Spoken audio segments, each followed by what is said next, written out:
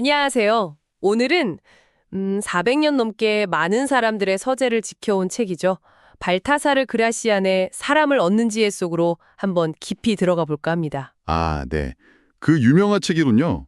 니체와 쇼펜하우어가 극찬했다고 알려져 있죠? 맞아요. 쇼펜하우어는 직접 스페인어 배워서 번역까지 했다고 하고 니체는 뭐랄까 평생의 지침서로 삼았다고 하니 네. 처치소상도 애독했다고 하고요. 정말 대단한 책입니다. 이 책이 쓰여진 게 17세기 스페인인데 아시다시피 그때가 엄청 혼란했던 시기잖아요. 네, 그렇죠. 정치적으로나 사회적으로나 굉장히 불안정했죠. 그래서 그런지 그라시아는 뭐 뜬구름 잡는 그런 이상적인 이야기보다는 아주 현실적이고 어떨 땐 좀 냉정하다 싶을 정도의 조언들을 많이 해요. 맞습니다. 종교인이었음에도 불구하고 도덕교과서 같은 이야기가 아니라 정말 세상살이, 특히 인간관계의 이면을 날카롭게 파고들죠. 네, 어떻게 보면 자기 자신을 지키고 또 성공과 행복을 추구하는 방법에 대한 실용적인 지침서 같은 느낌이에요. 그래서 오늘 저희는 이 고전에서 시대를 초월해서 당신에게 좀 실질적인 도움이 될 만한 통찰들을 뽑아내 보려고 합니다. 준비되셨나요? 네, 좋습니다. 그라시안의 지혜는 크게 한 세 가지 축으로 나눠볼 수 있을 것 같아요. 세 가지 축이요? 네. 첫 번째는 전략적인 자기 연출이라고 할 수 있겠는데요. 그러니까 자기를 어떻게 보여줄 것인가 하는 문제죠. 아, 자기 연출. 흥미롭네요. 단순히 내가 능력이 있다. 이걸 그냥 드러내는 것보다 더 영리하게 자신을 포장하라는 거예요. 예를 들면 자기보다 너무 뛰어난 사람 옆에 있으면 좀 내가 가려지니까. 그렇죠.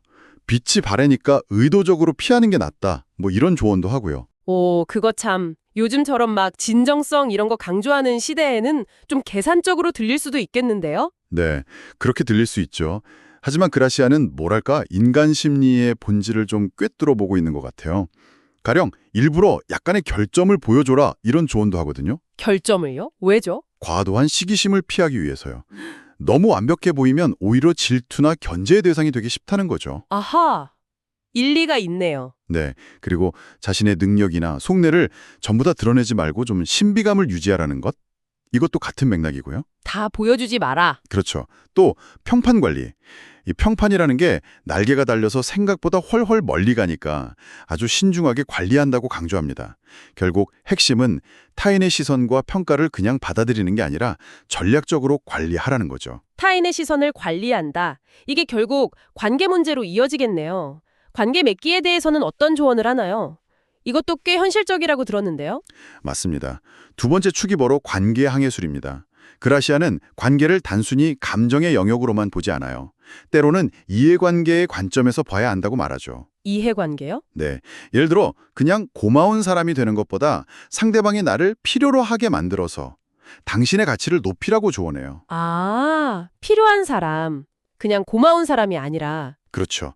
그리고 사람들의 호의를 얻으려고 노력하고 일단 얻으면 그걸 잘 활용하라는 아주 현실적인 조언도 하고요. 필요한 사람. 어찌 보면 좀 차갑게 들릴 수도 있겠지만 관계의 지속성 같은 걸 생각하면 또 일리가 있어 보이기도 하네요. 네, 특히 경쟁자에 대한 조언도 인상적인데요. 아, 맞아요. 그 부분. 경쟁자를 막 비난하고 깎아내리기보다는 오히려 동료로 만들어서 위협을 기회로 바꾸라는 거죠. 그건 정말 발상의 전환인데요. 그렇죠. 그라시안의 전략적인 사고를 잘 보여주는 대목입니다. 반대로 평판이 이미 나쁘거나 뭐 더 이상 잃을 게 없는 사람들 있잖아요. 네네. 그런 사람들은 애초에 피하는 게 상책이라고 경고하기도 하고요. 그러니까 관계에서도 어느 정도 손익계산이 필요하다는 어떻게 보면 좀 불편할 수도 있는 하지만 현실적인 시각인 거죠. 정말 날카롭네요.